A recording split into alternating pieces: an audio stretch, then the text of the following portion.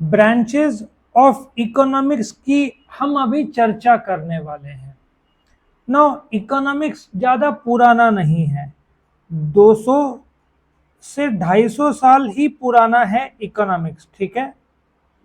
Now इतने सालों में जो इकोनॉमिक्स है, एक जमाने में इकोनॉमिक्स को इकोनॉमिक्स नहीं बोलते थे, वो पॉलिटिकल इकोनॉमी बोलते थे, क्योंकि वो पॉलिटिकल बेस्ड था।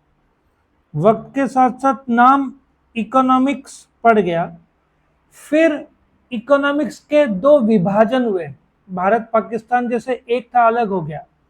सो रैगनर फ्रिश करके एक इकोनॉमिस्ट थे, 1933 में उन्होंने माइक्रो इकोनॉमिक्स और मैक्रो इकोनॉमिक्स ये दो टर्म्स दिए, और इसके लिए रैगनर फ्रिश को in the year 1969 Nobel prize दिया गया फॉर कॉइनिंग द टर्म्स। कौन से?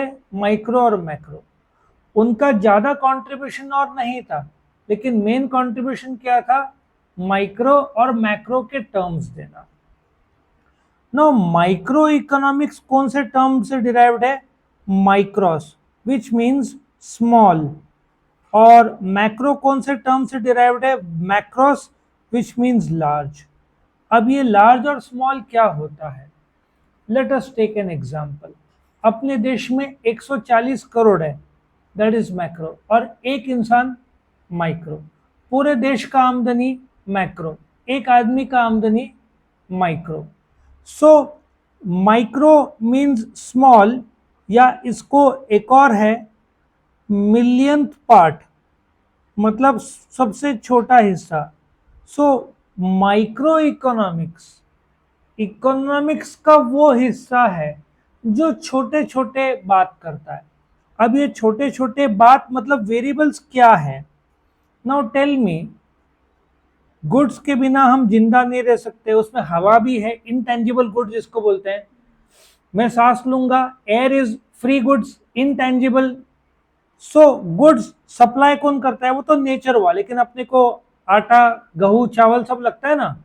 सो डू यू एग्री, एक सप्लायर है और हम कंज्यूमर है। सो जब एक कंज्यूमर रहेगा या उसका फैमिली रहेगा तो उसको हाउस होल्ड बोलेंगे। ये माइक्रो कंसेप्ट है। इकोनॉमिक्स में सप्लायर को फर्म बोलते हैं। सो इंडिविजुअल आदमी का डिमांड, जिसको कंज्यूमर डिमांड बोलेंगे। दुकानदार का सप्लाई। नाउ फर्म इकोनॉमिक्स में दुकानदार को भी फर्म बोलेंगे, हॉस्पिटल को भी फर्म बोलेंगे, स्कूल को भी फर्म बोलेंगे, हमको भी फर्म बोलेंगे, रिलायंस को भी फर्म बोलेंगे। सो जो भी प्रोड्यूस करके सप्लाई करता है उसको फर्म बोलते हैं। सो बड़े सिंगल लेवल पे एक प्रोडक्ट का दाम, एक आदमी का डिमांड, एक फर्म का सप्लाई, ये सब कौन से दायरे में आएगा? माइक्रो। सो 12th स्टैंडर्ड में आपको ये डिटेल में है, इसलिए ये यहाँ तक ये ज्यादा डिटेल नहीं है। क्यों नहीं है? क्योंकि ये सारा डिटेल 12th में, पहला चैप्टर है ना, इंट्रोडक्शन टू माइक्रो और मैक्रो इकोनॉमिक्स, वहां पे। यहाँ पे सिर्फ कंसेप्ट दिया है, आपको क्या समझना है? Concept. What is micro economics? The millionth part, the smallest part, a part which talks about individual consumer, individual demand, individual supply, firm supply, product price. जो छोटे छोटे वेरिएबल्स है वो कौन बात करता है? माइक्रो का। केनेथ बोल्डिंग ने डिफाइन किया है माइक्रो इकोनॉमिक्स को। माइक्रो इकोनॉमिक्स स्टडी करता है पर्टिकुलर फर्म, दुकानदार, हाउस होल्ड, फैमिली जो बोलते हैं, एक वस्तु का दाम, रेंट, वेज, इंटरेस्ट, प्रॉफिट, जो फैक्टर्स ऑफ प्रोडक्शन है जिसका अलग से मैंने वीडियो बनाया उसके बारे में, पर्टिकुलर कमोडिटी। सो जो भी सिंगल है, इंडिविजुअल कंज्यूमर हो, इंडिविजुअल सेलर हो, एक प्रोडक्ट हो, उसका प्राइस हो, ये सारा माइक्रो केस में आता है। तो आप बोलोगे बड़ा क्या है? पूरे देश का डिमांड जिसको एग्रीगेट डिमांड बोलते हैं, पूरे देश का सप्लाई जिसको एग्रीगेट सप्लाई बोलते हैं, पूरे देश का income, national income, poverty, population, unemployment, ये सब बड़े बड़े कंसेप्ट और वो मैक्रो इकोनॉमिक्स के दायरे में आते हैं। सो ऐसे सोचो, इकोनॉमिक्स के दो, एक जो अम्ब्रेला है वो खुलता है, एक बाजू माइक्रो जो छोटा है, एक बाजू जो बड़ा है मैक्रो इकोनॉमिक्स। तो कंसेप्ट समझ में आया? माइक्रो कैसे याद रखना है? Derive from the Greek word mikros, which mean small. किसने लाया था? रैग्नर फ्रिश ने। कब लाया था? 1933। उसके लिए क्या मिला उनको? Nobel prize. कब मिला? 1969।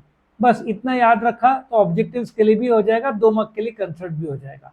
तो वीडियो पसंद है तो लाइक करना, फ्रेंड्स के साथ शेयर करना और चैनल को सब्सक्राइब करना। Thank you.